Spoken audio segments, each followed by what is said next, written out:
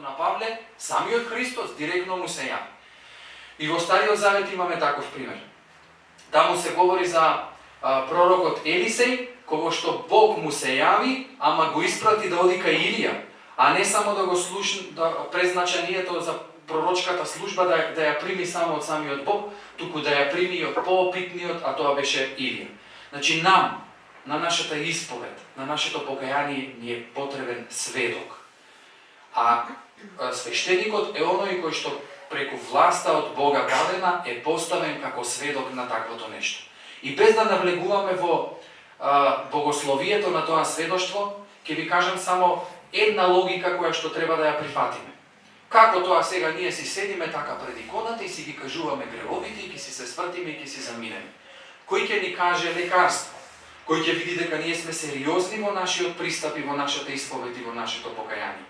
Затоа, кај нас во православната црква исповедта е личностна. Го гледате свештеникот и тој ве гледа. Во тоа гледање има многу голема тајна, има многу големо значење.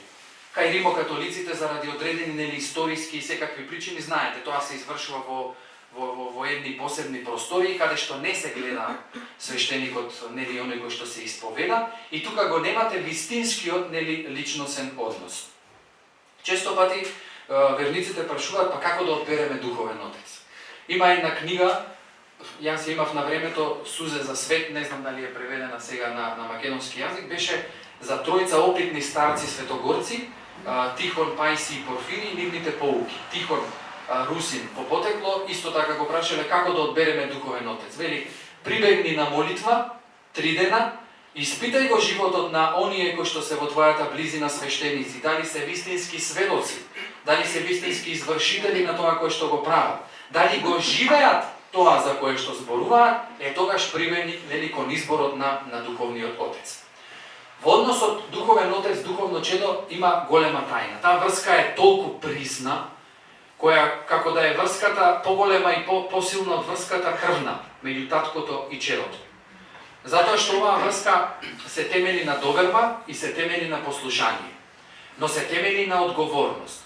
Не на слепо послушање. Не може сега духовниот отец со вас, нели, да си игра и да од својата суетност да се реализира во некои своји каприци, задавајки ви, и гледајки вие како тоа треба да го извршите. Во тоа нема таинство, во тоа нема љубов. Значи, таа врска мора да биде врз однос и да биде втемелена само врз однос на љубовта. Второ, реков, врз послушанието. Ако ние сме го одбрале тој човек за нас духовен раководител, ние треба да бидеме послушни во советите и во она кој што тој ќе ни го кажува. Не да се буниме, не да... Ама затоа бираме опитен, кој што знаеме дека ќе ни каже нешто кое што е за нас полезно и за кое што за нас ќе биде потребно. А не да речеме, па сега тоа не го извршувам, па тогаш зашто ви е духовен отец? Никој не ви стави пиштол, нели, на глава за да го изберете тој и тој човек.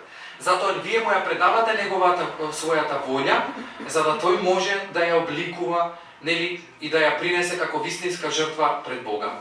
И довербата која што е многу значајна, а тоа е дека она кое што го кажувате останува како тајна и како сокровиште, нели, меѓу вас, и сето тоа ќе биде само како заради запознавање и заради правилното духовно раководење.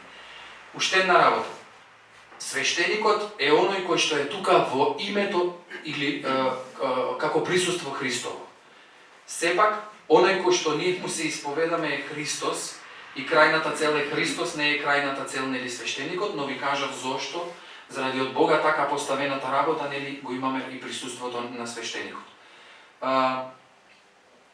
И уште нешто околу исповедањето. Не е важно да ги исповедаме само делата што сме ги направили, туку треба да ги исповедаме и помислите. Светите отци кажуваат дека помислите се она кое што заборавено во нас се буди преку искушението и потоа може да стане голема белја, духовна белја за сите нас. Значи треба да ги исповедаме и помислите кои што ги имаме, за да може да се превенира и сето тоа да се лекува, нели, правилно.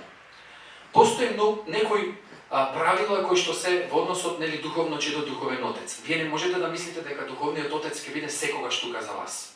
Па и да поставуваме и да прашуваме прашања и благослови каде да одам отец на одмор. Што има врска тоа со духовниот живот? И зошто би го прашувале духовниот отец да ни даде благослов да одиме ваму или таму на одмор? Или дали може да купам ова или да купам она. Значи тоа нема никакво значење во однос нема никакво значење за духовноста и за духовниот живот. Значи да бидеме конкретни. Исповедта треба да биде кратка, треба да биде концизна.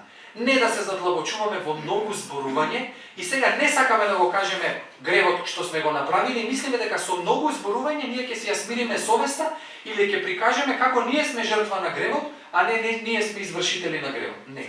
Да бидеме директни, да бидеме концизни, да бидеме прецизни, без да одземаме многу време, затоа што тој треба да исповеда и други, треба да се посвети и на други. И не да мислиме дека секогаш ќе го кренеме телефонот и секогаш треба да биде достапен нели за нас, затоа што сепак и тие имаат потреби и треба да имаат време за други работи.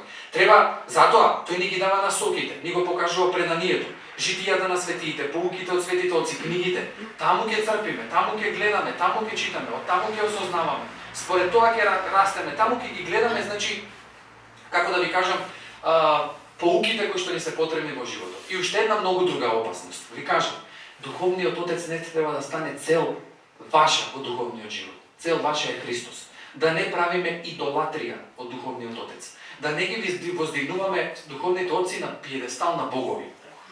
Или гуру. Не се тие такво нешто. Тие се оние кои што ни се потребни, ама и вие, односно духовните чена сте им потребни вам. Да, неговите поуки се поуки, ама не се негови. Тој ги црпи од неговиот опит, од Светото писмо и така натаму и така натаму. Потребни се духовните отци, ама да не правиме од нив богови, божества, гуру или цел на нашиот духовен живот сам по себе. Тоа е една голема опасност која што често се случува дури во нашата духовна средина. Па има коментари, па мојот духовен отец е најдобар. Па зошто си ти кај тој духовен отец, зошто не дојдеш кај нас? Или на пример одат во некој манастир или во некоја црковна општина, па таму е најубаво. Како тоа? Па секаде е Христос. Значи нема такво нешто. Пазете се од таа опасност. Таа опасност, навистина, можеби ни е нас најубаво на литургијата во Драчево. Тоа е во ред. Зошто? Тука сме се родиле духовно, тука се нашите браќи и сестри со кои што сме се поврзале и така натаму.